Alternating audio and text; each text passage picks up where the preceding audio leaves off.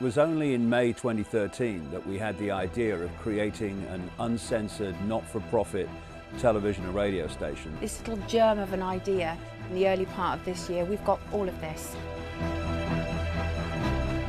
We want to raise more money so that we can expand and reach more people. We want to be on the scene of events, asking the questions the mainstream won't ask. The power to communicate information is in the hands of a very few people. There were 50 big corporations that owned most of the media in the United States. This has been consolidated into no less than 5 major corporations. It means that largely you're getting one point of view when you turn on the TV news. So the news is a public relations exercise for corporate interests. And David was really frustrated with the situation. He just thought, well, let's just run our own media and give people the truth and let them decide. Empowering people by giving people information. It is a channel by the people for the people. It's not just a channel, it is a movement. What we've ended up with is way beyond what I thought we'd be able to do. Obviously this operation needs money, they've only been up for a couple of weeks. When we've been on the air long enough to show the sponsors and the advertisers out there that what we have is valuable and worth keeping.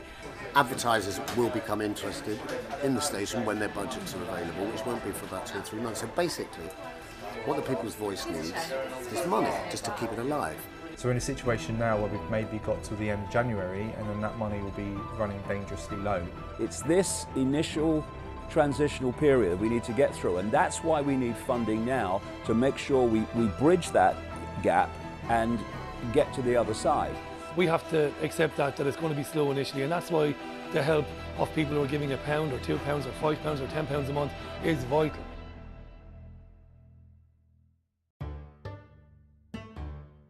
I just think in the response that they had, in that going from 100 to 200 and then making it to 300, that there was a sudden realisation of how much that this was much needed.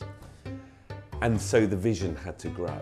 We're working here on £300,000 to set up a TV station. While £300,000 sounds like an awful lot of money, and it is to those of us who don't have money, in broadcasting terms and TV terms, it isn't. It's actually what inspires me to come into the office, because I know that what we've managed to do with the money we've had makes me feel so proud that I feel like we can keep on going, even though sometimes it seems impossible. We have a fraction of the staff that is required to run an operation like this.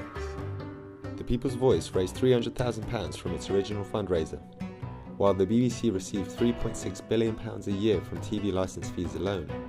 £300,000 for an entire channel. That's 10% of Jeremy Clarkson's annual salary. £21 million goes on the wages of the senior managers, and £123 million is spent on collecting the licence fee alone. The total annual income of over £5 billion. It sits in close proximity to the other major UK broadcasters. Meanwhile, the People's Voice has set itself a challenge to compete with the mainstream on a fraction of the budget. We had to simplify the ideas, see what skills we had in-house. Someone had come up with the idea of putting acetates in front of light boxes, and I'd been building with quite a few other volunteers who came in. We built Studio 2. There were some quite unpleasant jobs like insulating pipes, that kind of thing. You just step up, you just do it. Anything that needs doing that I can do, I'll do, basically. Which I find amazing, because they're not getting paid. They research, they find guests, they ring guests, they make tea. Oh, I'm here. What do you want me to do? Can I do this? Can I do that? Oh, I'm really willing to help. And I've never known a more selfless environment than this. And say that I'm doing what's right because it needs to be done, not because it's lining my pockets. And yes, I've been knackered to the point of exhaustion. It gets stressful. I wanted to press the eject button and go, I can't do this anymore. Our studio is pretty much in use 24/7. And every person that comes in here does about 10 people's jobs. There's so many volunteers here, there's such a good atmosphere, and everybody is desperate for this to succeed. The people here are just absolutely lovely. I feel like Friends is not, it doesn't cut it. It's been an enlightening experience, one of the most enlightening experiences of my life so far. But it's been a wonderful experience, and it is still a wonderful experience. This is beautiful, it's beautiful. The whole thing is beautiful. What people are looking at around me here is a miracle, a media miracle. Media not doing what they're meant to be doing, not reporting the facts, not being unbiased, not giving people a choice and letting them decide what to do. A lot of the things that I know need to be covered are not being covered, whereas at the People's Voice we have a free remit. basically her remit, and this indeed TV station's remit, is to just tell the truth, is to reveal the truth, and to try not to pull the wool over their eyes, which I think is a very, very good thing to do, especially in the times that we're living in. You're not going to get it on the BBC. You're not going to get it on Channel 4 News. People get their perceptions not only of what's happening in the world, but they get perceptions of their own potential from information.